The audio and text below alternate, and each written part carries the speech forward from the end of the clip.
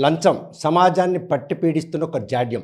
అవినీతి రహిత ఆంధ్రప్రదేశ్‌గా తీర్చిదిద్దాలని ప్రభుత్వాలు ఎన్ని ప్రయత్నాలు చేస్తున్నా కూడాను, ప్రభుత్వ రంగ సంస్థల్లో ఉద్యోగులు లంచానికి అలవాటు పడి ఈరోజు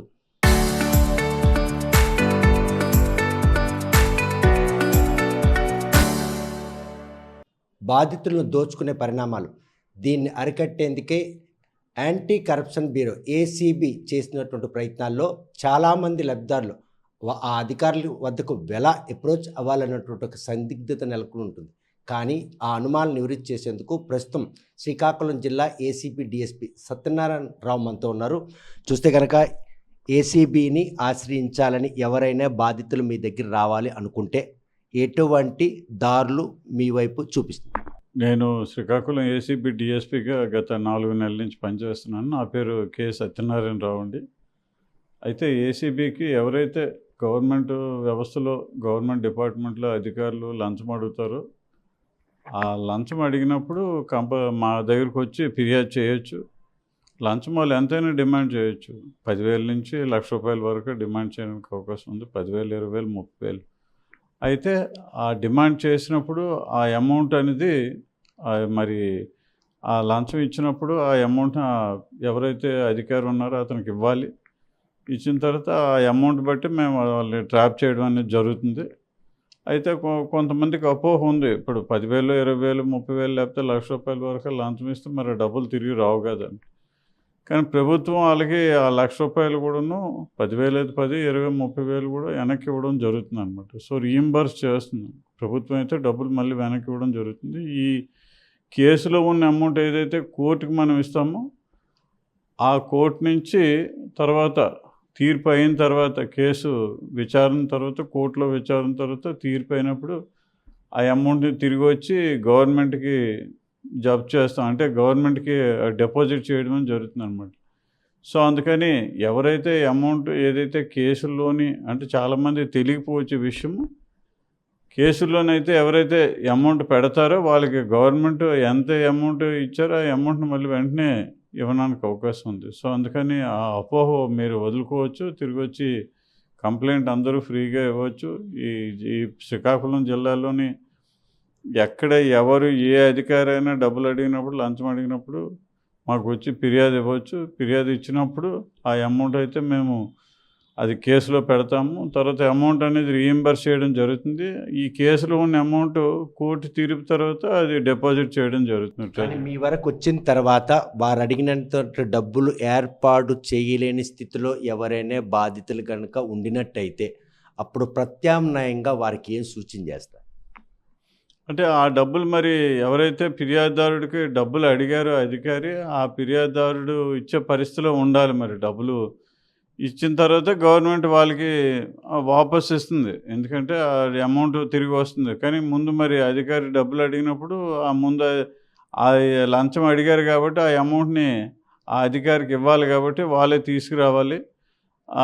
అందులో మరి ఏమీ లేదు. అది తీసుకొచ్చిన తర్వాత కాకపోతే గవర్నమెంట్ వాళ్ళకి తిరిగి ఆ డబ్బులు ఇవ్వడం అనేది జరుగుతుంది. ఏసీబీ అధికారులు ఆశ్రయించిన బాధితుల తాలూకు వివరాలు చాలా గోప్యంగా ఉంచి ఆ అవినీతి అధికారి భర్తం పట్టేందుకు మీరు వేసిన స్కెచ్లో ఈరోజు ఆ అధికారులు అప్రమత్తం అయినట్టు అయితే మీరు వేసినట్టు వలలో చిక్కుకునే పరిస్థితులు ఉండకపోదా?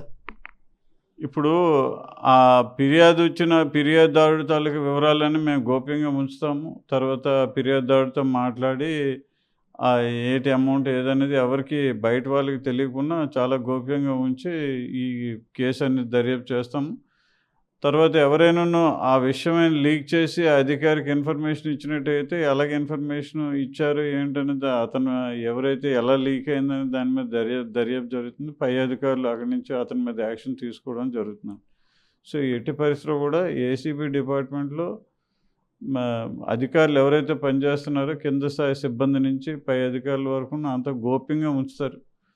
ఎవరైనా ఏదైనా ఇన్ఫర్మేషన్ లీక్ చేసినట్టుగా అయితే ఖచ్చితంగా తెలిసిన తర్వాత మటుకు వాళ్ళ మీద చాలా సీరియస్ యాక్షన్ అనేది పై అధికారులు తీసుకోవడం జరుగుతుంది. అంటే మీ పేరు చెప్పి ఈరోజు ఏసీబీ దగ్గరికి వచ్చాం, ఏసీబీ దగ్గరికి వెళ్తున్నాం అని ఒక బెదిరింపులు చేసిన వాళ్ళు కూడా లేకపోలేదు. కానీ నిజాయితీగా ఒక బాధితులు అయి ఉండి ఏసీబీ ఆచరించిన తర్వాత ఇటువంటి లీకేజ్కి ఎటువంటి అవకాశం లేదుగా.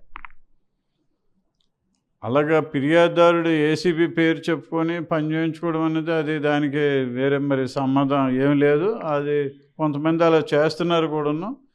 అంటే ఏసీబీ అధికారి పేరు చెప్పుకొని పని చేయించుకుంటాం అంటే మంచిదే. అది అసలు వాళ్ళు పని అవ్వడమే కావాలి. ప్రజలకి న్యాయం జరగడం, ప్రజలకు పని అవ్వడం అనేదే ముఖ్యం. మరి మా దగ్గరికి అయితే వస్తే అది గోప్యంగా ఉంచుతాం. గోప్యంగా ఉంచి యాక్షన్ తీసుకోవడం జరుగుతుందన్నమాట. సో ఏసీబీ పేరు చెప్పుకొని ప్రజలు పనులు చేయించుకుంటున్నారంటే తప్పేం లేదు. ప్రజలకు పని అవ్వడం అనేది కావాలి. లంచం లేకుండా వారి పని అవడానికి మీ పేరు వాడుకునే పర్వాలేదు అన్నట్టు సంకేతం ఇది. అంటే లంచం లేకుండా మా పేరు వాడుకున్నా మంచిది. ప్రజల కోసమే మా డిపార్ట్మెంట్ ఉంది. మేము అందరూ ప్రజలు పబ్లిక్ సర్వెంట్స్, ప్రజల కోసమే పనిచేస్తున్నాం. రాష్ట్ర ప్రభుత్వం తరపున మేము పనిచేస్తున్నాం కాబట్టి సో ఎవరైనా ఏదైనా వాళ్ళకి పని అవుతుంది, మంచి జరుగుతుందని అంటే ప్రజల కోసమే కాబట్టి ఏసీబీ పేరు వాడుకొని వాళ్ళు పనులు చేయించుకున్నా మంచిదే. అలాగే చేయని పక్షంలోనే ఎవరైతే అధికారులు ఉన్నారో, ఎవరైతే డబ్బులు డిమాండ్ చేస్తుంటారో అటువంటి అధికారుల మీద వాళ్ళు ఖచ్చితంగా వచ్చి ఫిర్యాదు ఇవ్వచ్చు. సో ఇందులోనే మేము రకరకాలు ఉన్నాయి కేసులు. ఆ కేసు బట్టి, వాటి బట్టి, ఆ యాక్ట్ బట్టి, చట్టం బట్టి మేము వాళ్ళపైన చర్యలు తీసుకోవడం అనేది జరుగుతుంది అన్నమాట. సో ఎవరైనా రావచ్చు, ఎవరైనా ఫిర్యాదు ఇవ్వచ్చు. మా పేరు చెప్పుకొని పనులు చేయించుకున్నా తప్పేం లేదు. పని అవ్వడం అనేది ప్రజలకి కావాలి. అందులో మెయిన్ ఈ లంచం అనేది ఆపడం కోసం, తగ్గించడం కోసం, లంచం లేకుండా పూర్తిగా సమాజంలో చేయడం కోసం అనేసి ఈ డిపార్ట్మెంట్, ప్రత్యేకంగా పోలీస్ డిపార్ట్మెంట్ ఉన్నది కాబట్టి అలా చేయడం అనేది మంచిదే. కానీ ఎవరికైనా ఏదైనా ఇంకా కష్టం కలిగింది, పని అవ్వలేదని అంటే ఖచ్చితంగా మా దగ్గర రావచ్చు. మా దగ్గరకు వచ్చి వాళ్ళు మా ఫిర్యాదు ఇవ్వడానికి అవకాశం. ఇప్పటి వరకు మీరు చూసినటువంటి ఈ లంచం ట్రాప్ విషయంలో రెవెన్యూ, కార్పొరేషన్, మున్సిపాలిటీ ఇటువంటి సెక్టర్లు తప్ప మిగతా సెక్టర్లు ఏవి కూడాను అంతగా దీని మీద కారణం ఏమనుకుంటున్నారు మీ దర్యాప్తు? అంటే ఎక్కువగా ప్రజలకి ఎవరితో పని ఉంటుందంటే ముఖ్యంగా రెవెన్యూ వాళ్ళతోటి భూమి విషయమైన ల్యాండ్ డిస్ప్యూట్స్ వగేరే ఎక్కువ రెవెన్యూ వాళ్ళతో సర్టిఫికేట్స్ కానీ, బర్త్ సర్టిఫికేట్స్ వగేరే, లీగల్ సర్టిఫికేట్స్ కానీ ఏదైనా రెవెన్యూ వాళ్ళతోటే వాళ్ళకి ఎక్కువ పని. తర్వాత బిల్డింగ్ కట్టుకోవాలన్నా ఏదైనా టౌన్ పరిధిలోనైతే మున్సిపాలిటీ వాళ్ళతో వాళ్ళకి ఇది. తర్వాత ల్యాండ్ రిజిస్ట్రేషన్ వగేరే అయితే సబ్ రిజిస్టర్ ఆఫీస్తో వాళ్ళకి పని ఉంటుంది. అలాగే మరి స్కూల్లోని పిల్లలు వాళ్ళకి మధ్యాహ్నం భోజనాలు అక్కడ ఏదైనా అక్కడ చీటింగ్ వగేరే ఇటువంటి మిస్అప్రాపరియేషన్ లాంటివి ఏమైనా జరిగాయంటే వెల్ఫేర్ హాస్టల్స్ కానీ వగేరా మా దగ్గరికి ఫిర్యాదులు వస్తుంటాయి. ముఖ్యంగా ప్రజలకి ఎవరితోటైతే ఎక్కువ అవసరాలు ఉంటే ఆ డిపార్ట్మెంట్కి వెళ్తారు. కొన్ని డిపార్ట్మెంట్లు ఉన్నాయంటే వాళ్ళకి ప్రజలతో పెద్ద మమేకం ఉండదు. లీగల్ మెట్రాలజీ డిపార్ట్మెంట్ అని, లేకపోతే ఇంకేదైనా వేరే డిపార్ట్మెంట్స్ చాలా ఉన్నాయి. వాళ్ళకి ప్రజలతో పెద్ద అంత అవసరం ఉండదు అనమాట. వాళ్ళతో టచ్లో ఉండరు. సో అందుకని ప్రజలు కూడా వాళ్ళ దగ్గరికి వెళ్ళరు. వాళ్ళ దగ్గర నుంచి ఎక్కువ రిపోర్ట్లు రానని కూడా అవకాశం తక్కువ. సో అందుకని main sub register officers, revenue department, sub register department, registration department, registration stamps, municipal departments వగేరే వీటి దగ్గర నుంచి ఎక్కువ మాకు ఫిర్యాదులు వస్తుంది. అంటే పబ్లిక్ ఇంటరాక్ట్ ఉన్నటువంటి ప్రతి డిపార్ట్మెంట్లో కూడా ఈ అవినీతి పేరుకుపోయినటువంటి క్రమంలోనే ఏసీబీకి పట్టుబడుతున్నారు. అవును, ఖచ్చితంగా వాస్తవం. ఇప్పుడు అందులోనే వెళ్ళి ఇప్పుడు పలానా డిపార్ట్మెంట్లో పనిచేయాలంటే లంచం అడుగుతుంటే ఖచ్చితంగా వాళ్ళ దగ్గర డబ్బులు ఇచ్చుకోలేని పరిస్థితిలో ఉన్నా, లేకపోతే లంచం ఇవ్వడానికి ఇష్టం లేని పరిస్థితిలో ప్రజలు వచ్చి మాకు రిపోర్ట్ ఇవ్వడం జరుగుతుంది.